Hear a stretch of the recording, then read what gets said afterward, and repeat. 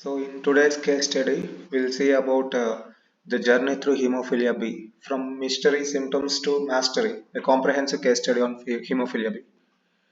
So a brief overview. This case study dwells into hemophilia B, a rare genetic bleeding disorder characterized by deficiency of clotting factor 9.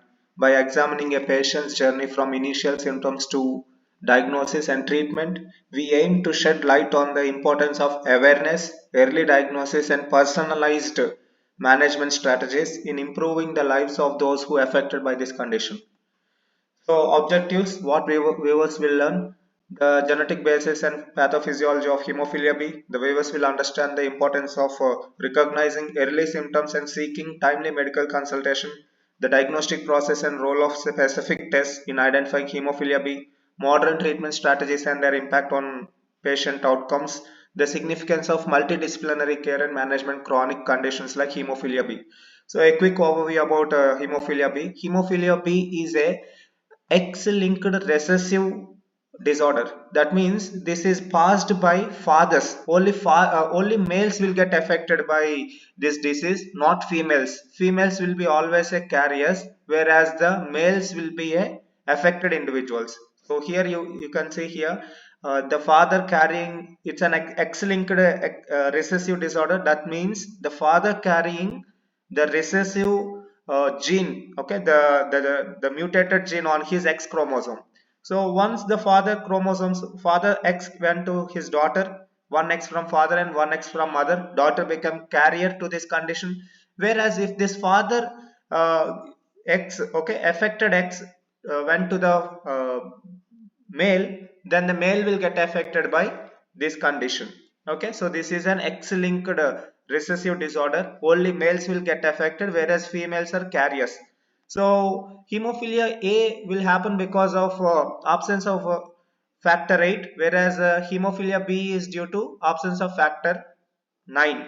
So factor 9 deficiency is called hemophilia B, that accounts for 15 to 20%, whereas the factor 8 deficiency accounts, this is the major hemophilia, that is 80 to 85% will get affected by this disorder. So a patient background. So this is a 8-year-old male with a family history suggestive of bleeding disorders. Initial presentations present to the clinical with prolonged bleeding following a minor scar, and a history of unexplained bursts has been observed in the patient. Relevant to medical history include mother's brother has been diagnosed with a bleeding disorder, indicating a possible genetic link to this disorder. Clinical presentations include frequent nose bleeding in the patient, excessive bursting with minimal trauma in the patient, and prolonged bleeding from minor cuts has been observed in the patient. And physical examination and findings include a notable multiple bursts has been observed, and swollen knee joint has been observed. Swollen knee joint is also called as hematorosis. That means bleeding in the joints has been observed in the patient. That indicates a possible bleeding disorder in the patient's body.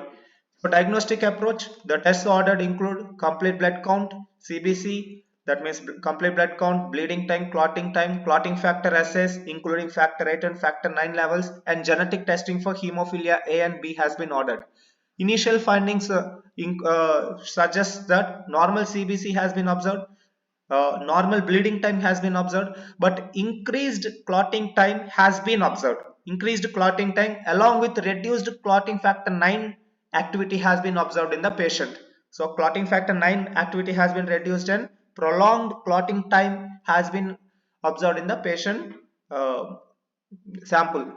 So the detailed results include, so the graphs of factor 9, reduced factor 9 activity has been observed. So the normal percentage of factor 9 is 50 to 100%, but in this patient it is observed as 30%, that indicating so the markedly reduced factor 9 activity confirms a deficiency with a consistent with hemophilia B has been observed along with the explanation of patient symptoms.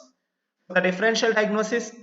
So list of possible diagnoses include hemophilia A, 1 Willebrand factor, and other rare clotting factor deficiencies can be possible in this patient.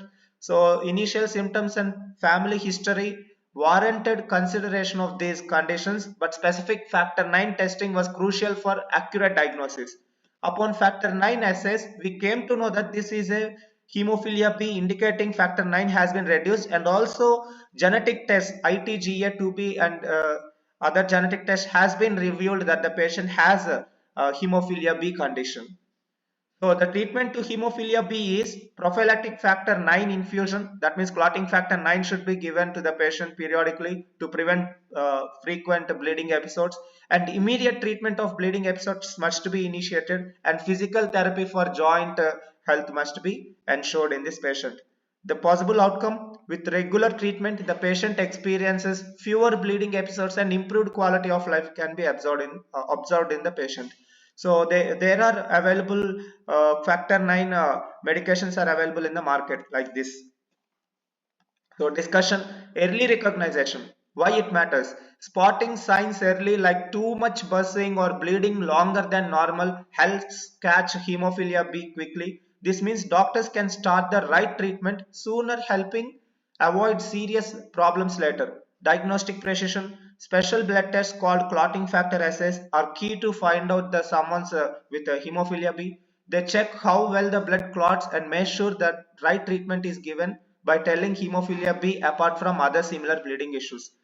Treatment advancements: regular shots of medicine called factor 9 can stop bleeding episodes before they start, making a big difference for people with hemophilia B. This helps them live more normal life, doing their favorite activities with less worry about bleeding.